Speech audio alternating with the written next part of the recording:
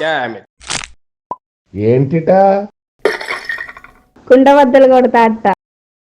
నమస్కారం, కుండబద్దల ప్రేక్షకులకి స్వాగతం. జగన్మోహన్ రెడ్డికి అలాగనే వైఎస్ఆర్ కాంగ్రెస్ పార్టీ ఎంపీలకి, ఇటు లోక్సభలోను అటు రాజ్యసభలోను ఉన్న ఎంపీలకి ఢిల్లీలో కానీ కేంద్రం దగ్గర కానీ స్ట్రోక్ మీద స్ట్రోక్, మాస్టర్ స్ట్రోకే తగులుతుందని చెప్పుకోవాలి.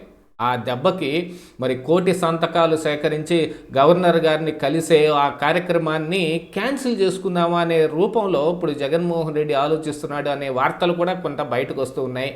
కాకపోతే ఎంత ఆర్భాటం చేసిన తర్వాత నిన్న కూడా పొసెషన్లు అన్నీ తీసి ఆ సంతకాలు వీటన్నిటిని జిల్లా కేంద్రాలకు తరలించిన తర్వాత అందులో జరిగిన మరి రామాయణంలో పిడకల వేటలాగా అక్కడక్కడ చెదురుమదురు సంఘటనలు కూడా జరిగినాయి. అక్కడ పాత కక్షలన్నింటినీ పట్టుకొని వచ్చి ఈ ర్యాలీలో కొట్టుకున్న ప్రబుద్ధులు ఉన్నారు.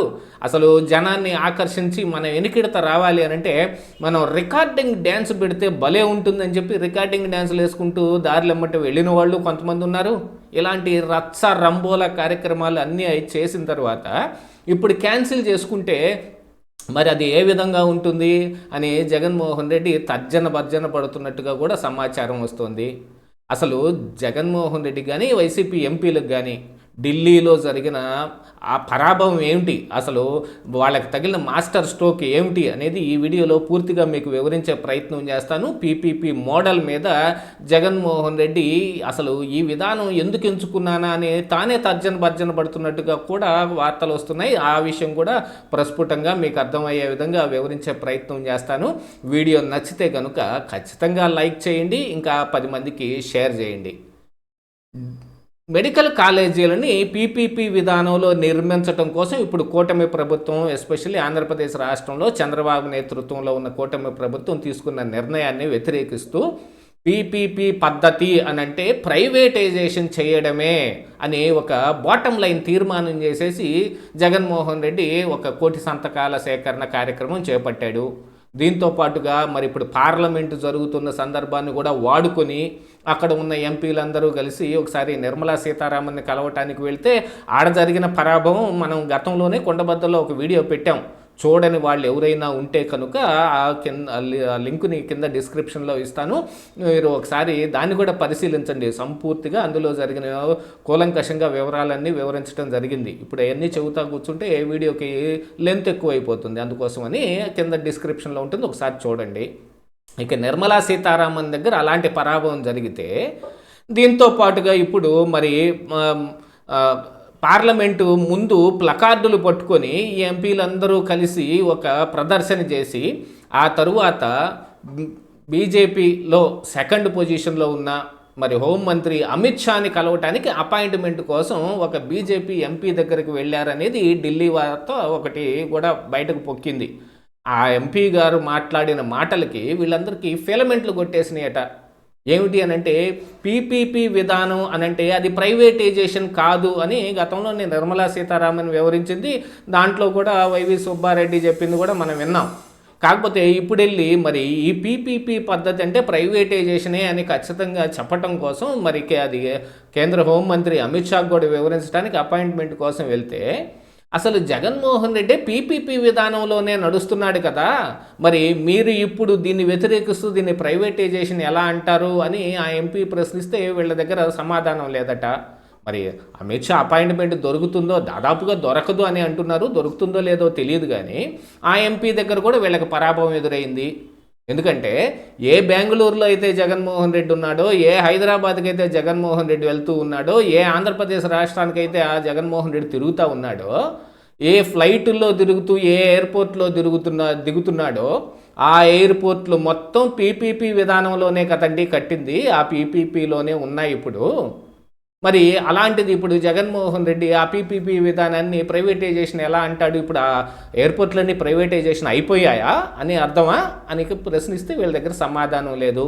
దీంతో పాటుగా గతంలో 2020లో మరి నితిన్ గడ్కరీ ఈ హైవే శాఖలు దీంట్లో ఆయన ఇనాగరేట్ చేస్తున్న ఒక హైవేని ఆంధ్రప్రదేశ్ రాష్ట్రంలో విజయవాడకి దగ్గరలో ఉన్న ఒక హైవేని 6 లైన్ ఎక్స్పాన్షన్ చేస్తున్న దానికి జగన్మోహన్ రెడ్డి ఆ రోజే ఆమోద ముద్ర వేయటం కానీ లేకపోతే దానికి ఆయన సంతోషం వ్యక్తం చేయటం కానీ చేశాడు. మరి అది కూడా పీపీపీ విధానంలోనే కదా ఆ రోజు కట్టింది. మరి దానికి ఎలా జగన్మోహన్ రెడ్డి ప్రైవేటైజేషన్ అని దీనికి ఎలా మాట్లాడతాడు అని అడిగితే దానికి ప్రశ్నకి సమాధానం లేదు. దాదాపుగా ఈ ఎయిర్పోర్టులు కావచ్చు లేకపోతే నేషనల్ హైవేలు కావచ్చు ఈ పీపీపీ విధానంలోనే కట్టారు. దీంతో పాటుగా అసలు బీజేపీ పాలిత ప్రాంతాలు మొత్తంలోకి ఏ రాష్ట్రాలు ఉన్నాయో ఆ రాష్ట్రంలో మెడికల్ కాలేజీలు మొత్తం పీపీపీ విధానంలోనే కడదాము, ఈ మాడ్యూల్ బాగుంది అని వాళ్ళు కూడా అనుకుని ఢిల్లీలో ఒక 11 వీటిని ఈ పీపీపీ విధానం కిందకి తీసుకొచ్చే ప్రయత్నం చేస్తూ ఉన్నారు. దీంతో పాటుగా పార్లమెంటరీ స్థాయి సంఘం కూడా దీని మీద పూర్తిగా ఒక నివేదిక సమర్పించిన దాంట్లో పీపీపీ విధానం చాలా బాగుంటుంది, త్వరగా పూర్తవుతాయి, ఆ పద్ధతిలో కట్టడం చాలా మంచిది. దాంతోపాటుగా ఎవరైతే ప్రైవేట్ పార్ట్నరు మనకి అట్రాక్ట్ అయ్యి వస్తున్నాడో వాళ్ళకి కొంత ఇన్సెంటివ్స్ కూడా ఇవ్వటం మంచిది, పన్నులో మినహాయింపు ఇవ్వటం కూడా మంచిది. కాబట్టి మీరు ఆ విధంగా పీపీపీ విధానంలో నిర్మించడానికి ఆమోద ముద్ర వేయండి అని స్థాయి సంఘం కూడా సూచించిందట. దాంతోపాటుగా 250కి మెడికల్ సీట్లు పెంచమని కూడా స్థాయి సంఘం చెప్పింది. ఇంకా చాలా అంశాలు ఉన్నప్పటికీ ఈ పీపీపీ మాడ్యూల్ మీద ఈ విధంగా స్థాయి సంఘం కూడా చెబితే దాన్ని సాక్షిలో కూడా వేరే రకంగా ఎల్లో మీడియాలో వాళ్ళు తప్పుదోవ పట్టించే కార్యక్రమాలు చేస్తూ ఉన్నారు అని వీళ్ళ బ్లూ మీడియా నిండా రాసుకున్నారు.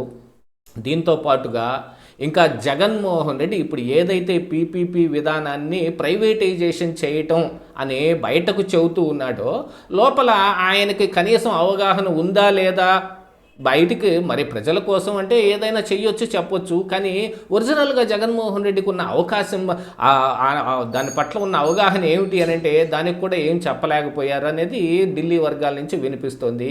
మరి ఇలాంటి పరిస్థితుల్లో ఇప్పుడు రేపు గవర్నర్ గారి దగ్గరికి ఈ 1 కోటి సంతకాలు తీసుకుని జగన్మోహన్ రెడ్డి స్వయంగా వెళ్తే గవర్నర్ గారు ఏమి చెప్పే అవకాశం ఉంది, ఆయన ఏం ప్రశ్నిస్తే ఈయన ఏం సమాధానాలు చెప్పాలి, ఆయన ఇలాంటిదే కొన్ని సంఘటనలు లేవనెత్తితే దానికి జగన్మోహన్ రెడ్డి ఏం సమాధానం చెప్పాలి అని తర్జన పడిపోతూ అసలు మీటింగే క్యాన్సిల్ చేసేసుకుందాం అని జగన్మోహన్ రెడ్డి ఒకానొక ఫ్రస్ట్రేషన్ టైంలో అన్నాడు అనేది కూడా కొంత వినికిడి వినిపిస్తోంది.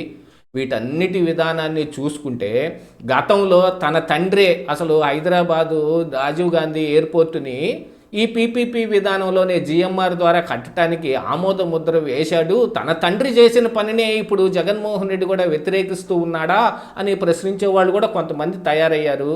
వీటన్నిటి మూలాన ఇప్పుడు జగన్మోహన్ రెడ్డి ఏమీ చేయలేని అడకత్తర్లో పోకచెక్కలాగా ఆయన పరిస్థితి తయారై కూర్చుంది. మరి రేపు 17వ తారీఖు గవర్నర్ గారిని టైం తీసుకున్నాం కాబట్టి కలుస్తారా, లేకపోతే నిజంగానే మేము రాములేంటి అని క్యాన్సిల్ చేసుకుంటారా అనేది వేచి చూడాల్సిన అవసరం ఉంది. ఇదే ఈరోజు కుండబద్దలు.